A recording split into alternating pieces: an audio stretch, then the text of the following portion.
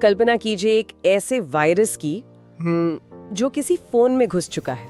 जी। मतलब वो कैमरे से सब कुछ देख रहा है, माइक से हर आवाज सुन रहा है और सारे मैसेज भी पढ़ रहा है, लेकिन जो स्क्रीन है ना उस पे सब कुछ बिल्कुल सामान्य है। कोई एरर नहीं दिखता। बिल्कुल कोई चेतावनी नहीं। फोन इस्तेमाल करने वाले को लगता है कि पूरा कंट्रोल उसी के हाथ में है। अब जरा सोचिए, अगर ये फोन किसी का फोन नहीं बल्कि उसका अपना दिमाग हो तो। ये सच में एक बहुत ही डरावनी तस्वीर है। तकनीकी दुनिया में इसे एक खतरनाक हैक माना जाता है। हाँ। लेकिन अगर हम मनोविज्ञान की दुनिया की बात करें ना, तो ये हर रोज हो रहा है। मतलब बिना किसी स्क्रीन के। एग्जैक्टली। लोग बिना किसी स्क्रीन या कीबोर्ड के सिर्फ शब्दों और अपने व्यवहार के जरिए दूसरों के फैसलों को हैक कर रहे हैं। और आज के हमारे इस डीप डाइव का यही मुख्य मिशन है। हम डार्क साइकोलॉजी यानी मानव मनोविज्ञान के उस अंधेरे हिस्से में उतरने वाले हैं जहां अदृश्य मानसिक चालों का जाल बिछा होता है। बिल्कुल। हम उन 5 सबसे खतरनाक ट्रिगर्स को बेनकाब करेंगे जिनका इस्तेमाल लोग दूसरों के निर्णय लेने की क्षमता को कंट्रोल करने के लिए करते हैं। और सिर्फ बेनकाबी नहीं करेंगे, हम ये भी समझेंगे कि दिमाग का वो कौन सा लूप होल है जिसका ये लोग फायदा उठाते हैं। सही कहा। क्योंकि ये समझना बहुत जरूरी है। मैनिपुलेशन या मानसिक हेरफेर तभी तक काम करता है जब तक वो अदृश्य रहता है। मतलब जब तक हमें पता न चले। हाँ, कोई भी शातिर इंसान रातों रात किसी के दिमाग पर कब्जा नहीं करता है। इस पूरी प्रक्रिया की शुरुआत हमेशा एक बहुत ही बुनियादी चीज से होती है, और वो है भरोसा। राइट। बिना भरोसे के तो दिमाग का फायरवॉल किसी भी वायरस को अंदर नहीं आने देगा। एग्जैक्टली। लेकिन भरोसा जीतने का ये जो तरीका है ना, स्रोत के अनुसार वो बहुत ही अजीब है, जिसे मनोविज्ञान में द बेन फ्रैंकलिन इफेक्ट कहा जाता है। हाँ। आम जिंदगी में हम ये मान के चलते हैं कि अगर हम किसी इंसान की मदद करेंगे तो वो इंसान हमें पसंद करने लगेगा। ये सीधा सा गणित लगता है। हाँ, लेकिन डार्क साइकोलॉजी कहती है कि भरोसा जीतने के लिए इसका बिल्कुल उल्टा करना होता है। मतलब मदद करनी नहीं होती बल्कि मदद मांगनी होती है। बिल्कुल। इसे एक रोजमर्रा के उदाहरण से समझते हैं। मान लीजिए दफ्तर में 2 सहकर्मी हैं, रोहन और विकास। ठीक है। अब विकास का इरादा सही नहीं है, वो एक मैनिपुलेटर है। वो एक दिन रोहन के डेस्क पर जाता है और बहुत ही सामान्य तरीके से एक पेन मांगता है। अच्छा, सिर्फ एक पेन? हाँ, और कोई भी इंसान इतनी छोटी सी मदद के लिए मना नहीं करता। रोहन पेन दे देता है। फिर कुछ दिनों बाद विकास कहता है कि क्या रोहन उसे मेट्रो स्टेशन तक ड्रॉप कर सकता है। रोहन वो भी कर देता है, और देखते ही देखते इन छोटी छोटी मांगों के जरिए रोहन के मन में विकास के लिए एक सॉफ्ट कॉर्नर बन जाता है। वेट, एक मिनट, मुझे यहाँ थोड़ा रुकना है। ये बात तर्कों के बिल्कुल खिलाफ लग रही है। कैसे? मतलब अगर कोई सहकर्मी मुझसे बार बार अपनी छोटी छोटी जरूरतों के लिए मदद मांगेगा तो मेरी स्वाभाविक प्रतिक्रिया तो चिढ़ने की होनी चाहिए ना। हाँ, ये सोचना लाजमी है। मैं सोचूंगी कि ये इंसान अपना काम खुद क्यों नहीं करता। ऐसे में उसके लिए कोई सॉफ्ट कॉर्नर कैसे बन सकता है? यही तो इस चाल की सबसे बड़ी चालाकी है। ये सब एक साथ या बहुत जल्दी नहीं होता है। अच्छा। ये बहुत ही धीरे धीरे एक पैटर्न में होता है। इसके पीछे एक बहुत गहरा मनोवैज्ञानिक सिद्धांत काम करता है जिसे कॉग्निटिव डिसोनेंस कहते हैं। Cognitive dissonance? हाँ, यानी संज्ञानात्मक असंगति। इंसानी दिमाग को ये बिल्कुल पसंद नहीं है कि उसके विचारों और उसके कार्यों के बीच कोई टकराव हो। दिमाग हमेशा तालमेल चाहता है। यानी दिमाग खुद को ही कोई कहानी सुनाने लगता है क्या? एकदम सही पकड़ा आपने। जब रोहन विकास की बार बार मदद करता है तो रोहन का अवचेतन मन उलझन में पड़ जाता है कि मैं ऐसा क्यों कर रहा हूँ। हाँ। दिमाग सोचता है कि मैं इतनी बार इस इंसान की मदद क्यों कर रहा हूँ। मैं तो सिर्फ उन्हीं लोगों की मदद करता हूँ जिन्हें मैं पसंद करता हूँ। अरे वाह। अब चूंकि मदद करने का काम तो हो चुका है, उसे बदला नहीं जा सकता। तो दिमाग अपने विचार को ही बदल लेता है। एग्जैक्टली। वो खुद को समझा लेता है कि मैं विकास की मदद इसलिए कर रहा हूँ क्योंकि विकास एक अच्छा इंसान है और मैं उसे पसंद करता हूँ। बाप रे।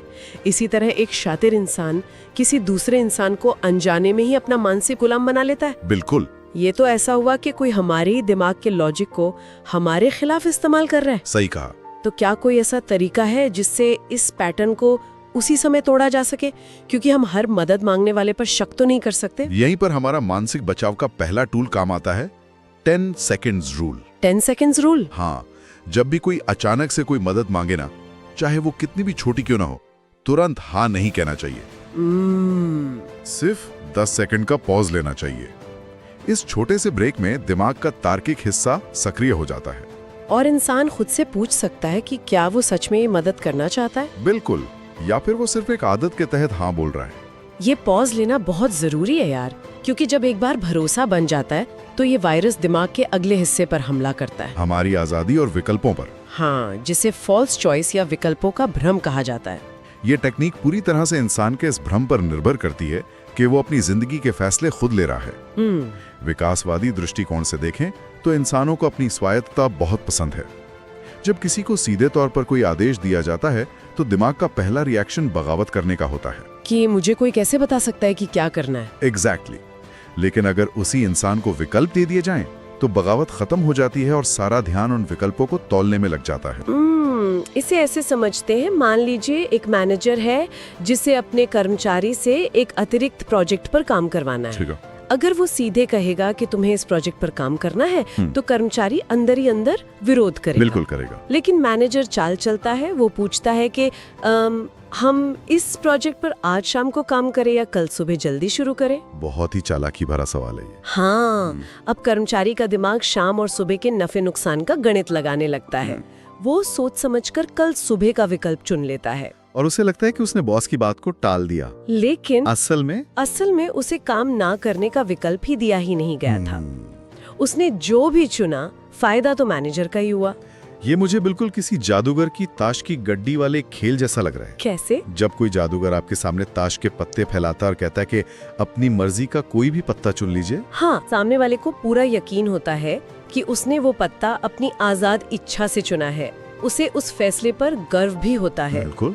लेकिन हकीकत में जादूगर ने अपने हाथों की सफाई से वही पत्ता आगे किया होता है जो वो चाहता था। पूरी गड्डी का कंट्रोल उसी के पास होता है। ये एनालॉजी इस पूरी प्रक्रिया को एकदम स्पष्ट कर देती है। जब कर्मचारी कल सुबह का समय चुनता है तो वो उस फैसले का मालिक बन जाता है। वो कल सुबह खुशी खुशी काम करेगा क्योंकि उसे लगता है कि ये उसका अपना लिया हुआ फैसला है। राइट। मैनिपुलेटर्स जानते हैं कि इंसानी दिमाग एक एनर्जी सेविंग मशीन की तरह है। जब उसे दो बने बनाए विकल्प मिलते हैं तो वो तीसरा विकल्प ढूंढने की मेहनत नहीं करता। तो इसका मतलब है कि इस भ्रम से बाहर निकलने का एकमात्र तरीका अपनी बाउंड्रीज या सीमाओं को पहचानना है। हाँ, हमेशा ये सोचना कि क्या सिर्फ यही दो विकल्प मौजूद है, क्या कोई तीसरा रास्ता नहीं है। बिल्कुल। अपनी सीमाओं को जानना बहुत जरूरी है। यह समझना कि मुझे कुछ नहीं चुनना भी अपने आप में एक विकल्प होता है। अब तक हमने देखा कि कैसे तर्कों को चकमा दिया जाता है और विकल्पों की भूल भुलैया बनाई जाती है। लेकिन दिमाग का एक हिस्सा ऐसा है जो तर्कों से भी ज्यादा शक्तिशाली है, और वो है हमारी भावनाएं। सही कहा। जब मैनिपुलेटर्स भावनाओं के स्तर पर खेलते हैं तो वे एक ऐसी तकनीक का इस्तेमाल करते हैं जिसे इमोशनल एंकरिंग कहते हैं। इसे भावनाओं का रिमोट कंट्रोल भी कहा जा सकता है। ये शायद डार्क साइकोलॉजी की सबसे गहरी और सबसे पुरानी तकनीक है। इसका विज्ञान बहुत ही बुनियादी है। जब भी कोई इंसान किसी बहुत ही गहरी भावना से गुजर रहा होता है, चाहे वो खुशी हो या उत्साह हो या बहुत ज्यादा शांति हो, हाँ, उस समय उसका दिमाग न्यूरोकेमिकल से भरा होता है, जैसे डोपामाइन और ऑक्सीटोसिन। राइट। ऐसे समय में अगर कोई बाहरी चीज जैसे कोई खास शब्द, कोई आवाज या कोई खास तरह का स्पर्श उस पल के साथ जुड़ जाए तो दिमाग उस स्पर्श और उस भावना के बीच एक पक्का तार जोड़ देता है। अच्छा, इसे ही एंकर बनाना कहते हैं। इसे एक कहानी से समझते हैं। मान लीजिए अमन और प्रिया एक साथ समय बिता रहे हैं। माहौल बहुत ही खूबसूरत है, प्रिया बहुत खुश है और उसे लग रहा है कि ये उसकी जिंदगी के सबसे बेहतरीन पलों में से एक है। ठीक उसी चरम खुशी के पल में अमन एक खास तरीके से प्रिया के कंधे को छूता है और एक खास शब्द बोलता है। प्रिया का सचेत दिमाग शायद इस पर ध्यान भी न दे, लेकिन उसका अवचेतन मन उस खुशी के रसायनों को उस कंधे के स्पर्श के साथ जोड़ लेता है। और यही वो रिमोट कंट्रोल है जो अमन ने अपने हाथ में ले लिया है। महीनों बाद जब अमन और प्रिया के बीच कोई बहस हो रही होगी या अमन को अपनी कोई गलती छुपानी होगी तो वो तर्कों का इस्तेमाल नहीं करेगा। तो वो क्या करेगा? वो बस पास जाएगा, उसी खास तरीके से प्रिया के कंधे को छुएगा और वही शब्द बोलेगा। बाप रे। और बिना किसी तर्क के प्रिया का दिमाग तुरंत उसे उसी पुराने खुशी वाले पल में खींच ले जाएगा। एग्जैक्टली। वो अचानक से अमन के प्रति कमजोर पड़ जाएगी और उसकी बात मान लेगी। ये तो बिल्कुल वैसे ही है ना, जैसे जब हम सालों बाद कोई ऐसा पुराना गाना सुनते हैं जो कॉलेज के दिनों में हमारा पसंदीदा हुआ करता था। हाँ। वो गाना बजते ही बिना किसी कोशिश के कॉलेज की वो सारी यादें, वो पुरानी हवा, वो भावनाएं एकदम से ताजा हो जाती हैं। यहाँ वो गाना एक एंकर है। आपने बिल्कुल सही पकड़ा। मनोविज्ञान में इसे इवान पावलोव के क्लासिकल कंडीशनिंग सिद्धांत से भी जोड़ा जाता है। वो कुत्तों वाला एक्सपेरिमेंट। हाँ, जहाँ पावलोव ने कुत्तों को घंटी के आवाज के साथ खाना जोड़कर उनके लार टपकाने की प्रक्रिया को कंट्रोल किया था। बस फर्क इतना ही कि यहाँ इंसान की भावनाओं को ट्रिगर किया जा रहा है, जो कि और भी खतरनाक है। बहुत खतरनाक है, क्योंकि इंसान को लगता है कि वो अपनी मर्जी से ये महसूस कर रहा है, जबकि असल में उसकी भावनाओं का स्विच किसी और के हाथ में होता है। सकारात्मक भावनाओं को हथियार बनाना सच में रोंगटे खड़े कर देने वाला है। बिल्कुल है। लेकिन भावनाओं के इसी स्पेक्ट्रम में एक बहुत भारी और अंधकारमयी भावना भी है, जिसका इस्तेमाल डार्क साइकोलॉजी में सबसे ज्यादा होता है। अपराध बोध या गिल्ट? हाँ, गिल्ट। और इसे ट्रिगर करने के लिए जो चाल चली जाती है उसे door in the face technique कहते हैं। Door in the face negotiation या मोल भाव के सामान्य नियमों को पूरी तरह से पलट कर रख देती है। सामान्य तौर पर लोग वो मांगते हैं जो उन्हें चाहिए होता है, लेकिन इस तकनीक में इंसान जानबूझकर एक इतनी बड़ी, अजीब और नामुमकिन मांग करता है जिसे सामने वाला व्यक्ति तुरंत खारिज कर दे। जैसे मान लीजिए कोई पुराना दोस्त अचानक घर आता है और कहता है कि मुझे एक बहुत जरूरी काम है, क्या तुम मुझे 1 लाख रुपए उधार दे सकते हो? जाहिर है कोई भी इतनी बड़ी रकम तुरंत नहीं देगा और मना कर देगा। बिल्कुल। और जैसे ही उसे ना सुनने को मिलती है, वो दोस्त तुरंत अपना चेहरा थोड़ा उदास करता है और कहता है, अच्छा कोई बात नहीं, मैं समझ सकता हूँ, पर क्या कम से कम 1000 रुपए तो दे सकते हो, मेरी आज की परेशानी हल हो जाएगी। हाँ। और लोग गिल्ट में आकर वो 1000 रुपए दे देते हैं, जबकि असलियत ये थी कि उस दोस्त को शुरू से ही सिर्फ 1000 रुपए ही चाहिए थे। 1 लाख की मांग तो सिर्फ वो पहली ना सुनने के लिए ही की गई थी। लेकिन यहाँ मेरा एक सवाल है। पूछिए। अगर तार्किक रूप से देखा जाए तो जिस इंसान ने 1 लाख रुपए देने से साफ मना कर दिया, उसके लिए 1000 रुपए के लिए ना कहना और भी आसान होना चाहिए ना? हाँ, लॉजिक तो यही कहता है। फिर वो अचानक से हाँ क्यों कर देता है? हमारा दिमाग इस दूसरी मांग पर आकर हार क्यों मान लेता है? इसके पीछे विकासवादी मनोविज्ञान और इंसानी समाज के नियम छिपे हैं। इंसान हजारों सालों से कबीलों में, समाज में रहता आया है। हमारी समाज का एक अलिखित नियम है पारस्परिक लेन-देन या रेसिप्रोसिटी। अच्छा। जब वो दोस्त 1 लाख की मांग से पीछे हटकर 1000 पर आता है, तो हमारा दिमाग इसे एक समझौता या रियायत के रूप में देखता है। दिमाग सोचता है कि सामने वाले ने मेरी खातिर अपनी इतनी बड़ी मांग छोड़ दी, उसने समझौता किया है, तो अब मेरी बारी है कि मैं भी थोड़ा झुककर उसकी छोटी मांग मान लूं। और इसके साथ ही वो गिल्ट भी जुड़ जाता है कि हमने अभी अभी किसी को ना कहा है। बिल्कुल। प्राचीन काल में जो इंसान कबीले के दूसरे लोगों के साथ समझौता नहीं करता था, उसे कबीले से बाहर निकाल दिया जाता था। ओहो। इसलिए सामाजिक तालमेल बनाए रखने का ये दबाव हमारे डीएनए में है। डोर इन द फेस तकनीक हमारे इसी प्राकृतिक सामाजिक दबाव को हथियार बना लेती है। ये तो सच में किसी चक्रव्यूह जैसा है यार। तो इस गिल्ट के जाल से कैसे बचें? इसके लिए जो सबसे बड़ा टूल काम आता है वो है जागरूकता या अवेयरनेस। इन तकनीकों की सबसे बड़ी कमजोरी यही है कि ये सिर्फ तभी काम करती हैं जब शिकार को इनके बारे में पता ना हो। राइट। जिस पल दिमाग ये पहचान लेता है कि अरे ये तो जानबूझकर पहले बड़ी मांग कर रहा है ताकि मैं छोटी मांग मान लूं, उसी पल इस तकनीक का सारा जादू खत्म हो जाता है। जब आप चाल को नाम दे देते हैं तो वो आप पर असर करना बंद कर देती है। एग्जैक्टली। ये एक बहुत ही सशक्त बात है।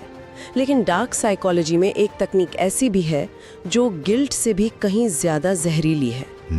ये वो तकनीक है जो किसी इंसान की सेल्फ वैल्यू, यानी उसकी अपनी नजरों में उसकी अहमियत को पूरी तरह से शून्य कर देती है। हम बात कर रहे हैं लव बॉम्बिंग और सडन विड्रॉल की। इसे सबसे ज्यादा विनाशकारी माना जाता है क्योंकि ये सीधे तौर पर व्यक्ति के मानसिक स्वास्थ्य को तोड़कर रख देती है। यह एक दोधारी तलवार है। इसके पहले चरण यानी लव बॉम्बिंग में व्यक्ति पर अचानक से इतना प्यार, इतना ध्यान और इतनी तारीफें बरसाई जाती हैं कि उसे लगने लगता है कि वो दुनिया का सबसे खास इंसान है। लगातार लंबे मैसेजेस करना, हर छोटी बात पर ध्यान देना, हाँ, और ये एहसास दिलाना कि तुम्हारे बिना दुनिया अधूरी है, ये सब इतनी तेजी से और इतनी इंटेंसिटी के साथ होता है कि सामने वाले को सोचने या समझने का मौका ही नहीं मिलता। और फिर आता है दूसरा और सबसे क्रूर चरण, सडन विड्रॉल, यानी अचानक से पीछे हट जाना। बिल्कुल। जैसे ही मैनिपुलेटर को ये यकीन हो जाता है कि सामने वाला इंसान अब पूरी तरह से उस पर भावनात्मक रूप से निर्भर हो चुका है, वो बिना किसी चेतावनी, बिना किसी कारण के बिल्कुल खामोश हो जाता है। सारे मैसेजेस बंद, बातचीत रूखी हो जाती है और इंसान को पूरी तरह से इग्नोर किया जाने लगता है। हाँ, अगर मैं इसे देखूं तो ये बिल्कुल एक भयंकर नशे की लत की तरह है। कैसे? जैसे कोई ड्रग माफिया किसी को फ्री में नशे की डोज देता है, इंसान को उस केमिकल हाई की आदत पड़ जाती है और फिर जब लत पूरी तरह लग जाती है तो अचानक से सप्लाई बंद कर दी जाती है। आपकी ये तुलना बिल्कुल सटीक है। न्यूरोबायोलॉजी के स्तर पर दिमाग में बिल्कुल यही हो रहा होता है। अच्छा? लव बॉम्बिंग के दौरान दिमाग में डोपामिन का एक सैलाब आ जाता है। इंसान उस हाई का आदी हो जाता है। जब अचानक से वो प्यार और अटेंशन छिन जाता है तो दिमाग में भयंकर डोपामिन क्रैश होता है और वो इंसान पूरी तरह से भ्रमित हो जाता है। वो लगातार खुद से सवाल करने लगता है कि आखिर मैंने क्या गलत कर दिया। हाँ, और यहीं पर इंसान की सेल्फ वैल्यू खत्म होने लगती है। वो उस मनोवैज्ञानिक दर्द और तड़प को बर्दाश्त नहीं कर पाता। उस पुराने हाई को वापस पाने के लिए वो मैनिपुलेटर के पीछे भागना शुरू कर देता है। वो उन गलतियों के लिए भी माफी मांगने लगता है जो उसने कभी की ही नहीं। बिल्कुल, वो हर तरह के समझौते करने को तैयार हो जाता है और मैनिपुलेटर का असली मकसद भी यही था कि वो इंसान हमेशा उसके नियंत्रण में रहे और उसके अप्रूवल के लिए तरसता रहे। एग्जैक्टली। ये सुनना भी अपने आप में बहुत विचलित करने वाला है यार। जब बात भावनाओं के इतने गहरे स्तर पर आ जाए जहां हमारा खुद का दिमाग हमें धोखा दे रहा हो, तो ऐसे में कोई खुद को कैसे बचा सकता है? ऐसे हालातों में जब दिमाग का तार्किक हिस्सा काम करना बंद कर दे, तब हमारी सबसे आदिम सुरक्षा प्रणाली काम आती है, हमारी गट फीलिंग या हमारा अंतर्ज्ञान, जिसे हम आम भाषा में सिक्स सेंस भी कह देते हैं। बिल्कुल। हमारा अवचेतन मन हमारे सचेत दिमाग से कहीं ज्यादा तेज होता है। वो छोटे छोटे पैटर्न्स, चेहरे के भाव और व्यवहार में आई अचानक तब्दीलियों को पकड़ लेता है। अगर कोई इंसान अचानक से आपकी जिंदगी में आता है और आपको हद से ज्यादा अटेंशन देने लगता है, इतना ज्यादा कि वो सच नहीं लग रहा हो, कीजिए, जो चीज बहुत जल्दी परवान चढ़ती है वो अक्सर बहुत जल्दी गिरती भी है। तो अगर हम आज के इस पूरे डीप डाइव को एक फ्रेम में रख के देखें तो डार्क साइकोलॉजी कोई जादू टोना नहीं है। बिल्कुल नहीं। ये हमारे ही दिमाग के शॉर्टकट्स, हमारी सामाजिक जरूरतों और हमारी भावनाओं के रसायनों का एक हैक है। एकदम सही। और इस हैक से बचने के लिए हमने जिन 4 ढालों की बात की, उन्हें हमेशा याद रखना चाहिए। पहला, 10 सेकंड का पॉज लेना ताकि दिमाग सोच सके। दूसरा, अपनी सीमाएं या बाउंड्रीज तय करना ताकि विकल्पों के भ्रम में न फंसे। तीसरा, अपनी गट फीलिंग पर भरोसा करना। और चौथा, जो सबसे महत्वपूर्ण है, जागरूकता। इन तकनीकों के काम करने के तरीके को जानना ही इन्हें बेअसर करने का सबसे बड़ा हथियार है। बिल्कुल, हमारा दिमाग इस दुनिया में हमारी सबसे बड़ी संपत्ति है, हमारा सबसे बड़ा एसेट है और किसी भी अन्य कीमती चीज की तरह इसकी हिफाजत करना हमारी अपनी जिम्मेदारी है। हमेशा सवाल पूछिए और अगर कोई चीज सही नहीं लग रही है तो उस पर विचार करने से पीछे मत हटिए। सही बात है। लेकिन इस डीप डाइव को खत्म करने से पहले मैं एक विचार यहाँ छोड़ना चाहती हूँ। आज हमने ये तो विस्तार से समझ लिया कि कैसे शातिर लोग इन तकनीकों का इस्तेमाल हमारे दिमाग को हैक करने के लिए करते हैं। हम खुद को पीड़ित की जगह रखकर सोच रहे थे। हाँ। लेकिन जरा एक पल के लिए रुक कर सोचिए, क्या ऐसा संभव है कि अनजाने में कभी कभी हम खुद भी अपने दोस्तों से कोई काम निकलवाने के लिए डोर इन द फेस वाली मोल भाव की ट्रिक इस्तेमाल कर रहे हों? या बच्चों से अपनी बात मनवाने के लिए उन्हें फॉल्स चॉइस दे रहे हों? ये सोचने वाली बात है। क्या ये मुमकिन है कि हम सभी किसी न किसी स्तर पर अनजाने में ही सही मैनिपुलेटर हो सकते हैं? इस पर जरूर सोचिएगा।